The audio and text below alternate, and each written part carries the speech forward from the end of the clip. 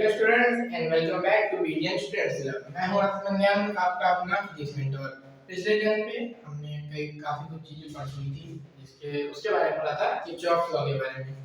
अब हम लोग पढ़ने वाले हैं combination of battery and resistance. तो हम किस तरीके से लेके आएंगे, पहले हम आपको बैटरी के बारे में समझाएंगे। एक बैटरी होती क्या है।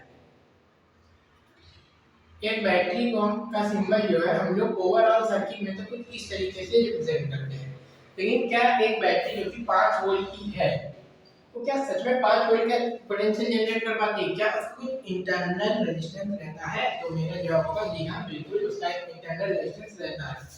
तो अगर हम इस वी पूरी बैटरी की जो ये है इसको हटा के अंदर का कोई माल बनाना चाहे, अंदर का मसाला बनाना चाहे, तो वो ये होगा कि ये इस तरीके से कुछ होगा।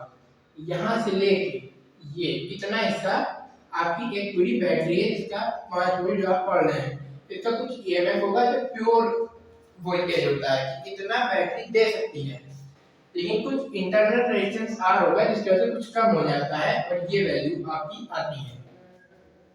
ठीक, इसको हम लोग रेटेड वोल्टेज कहेंगे और इसको हम लोग ईएमएफ कहेंगे। ठीक, इसको हम लोग वोल्टेज से रिप्रेजेंट करेंगे। इतना समझ गए बैटरी के बारे में? एक बार नोट कर लिए सिंबल से सारे। नोट कर लिया?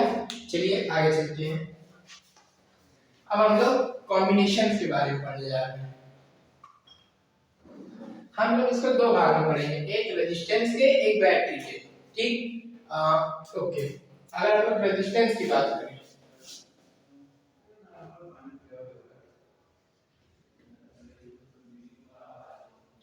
तो जैसा कि आपने कैपेसिटेंस पढ़ा था, अगर आपको कैपेसिटेंस याद हो तो हम लोगों ने कैपेसिटेंस पढ़ा था पैरेलल में। अगर कोई कैपेसिटर कनेक्ट हो C1 C2 C3 तो उसको हम लोग ऐड कर देते हैं डायरेक्टली। C इक्विवेलेंट होता है C1 C2 C3 या C4 ऐसे दिए जाए सारे।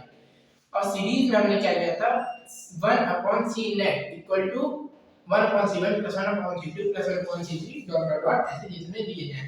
रेजिस्टेंस में इसका जस्ट उल्टा होता है। पहले बात कर लेते हैं सीरीज की। कुछ आपको ये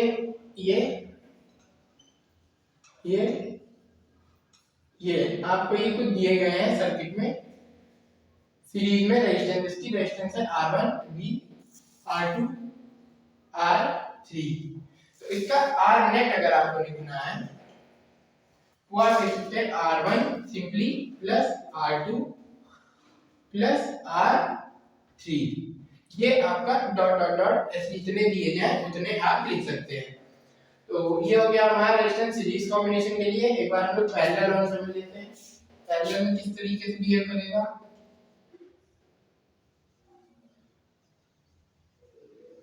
पैरेलल के लिए मान लीजिए आपको कोई सर्किट दिया जाए, ये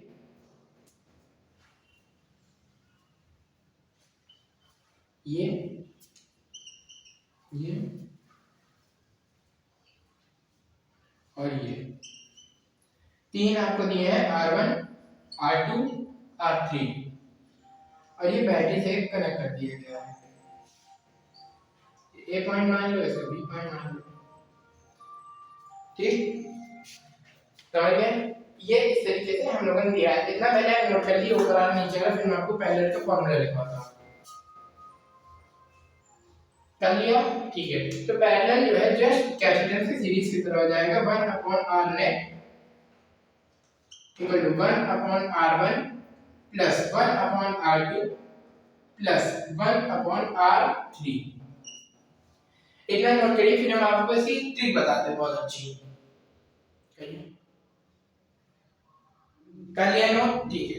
अब ट्रिक की बारी आपकी। अगर सारे रेजिस्टेंस सेम हो, अगर सारे रेजिस्टेंस सीरीज में दिए वो सेम हो तो रेजिस्टेंस उनके नंबर से गुना हो जाते हैं। जैसे अगर मान ली R1 R2 R3 सेम है, R1 R2 R3 अगर हम लोग माने तो R नेट जो हो जाएगा तीन रेजिस्टेंस है तो 3R हो जाएगा। सिंपल। और इसमें डिवाइड हो जाता है। अगर R1 R2 R3 सेम माने तो जो नेट रेजिस्टेंस हो जाएगा if R1 = R2 = R3 are net की जो वैल्यू आएगी R/3 आ जाएगी अगर 3 रेजिस्टेंस है। ठीक, इतना समझ गए। तो ये था रेजिस्टेंस का कॉम्बिनेशन। इसके सवाल में हम लोग करेंगे कैपेसिटेंस के भी छूटे हैं सवाल, तो इस चैप्टर के एंड में इकट्ठे हम लोग सारे सवाल निपटाएंगे क्योंकि इलेक्ट्रोस्टैटिक्स में सब मिला जुला के आता है। अगले घंटे हम लोग बैटरी का कॉम्बिनेशन पढ़ेंगे, ईएमएफ का क्या होता है अगर उसको सीरियल पैरेलल में जोड़ दिया जाए। So students, that's all for today. Thank you and have a nice day.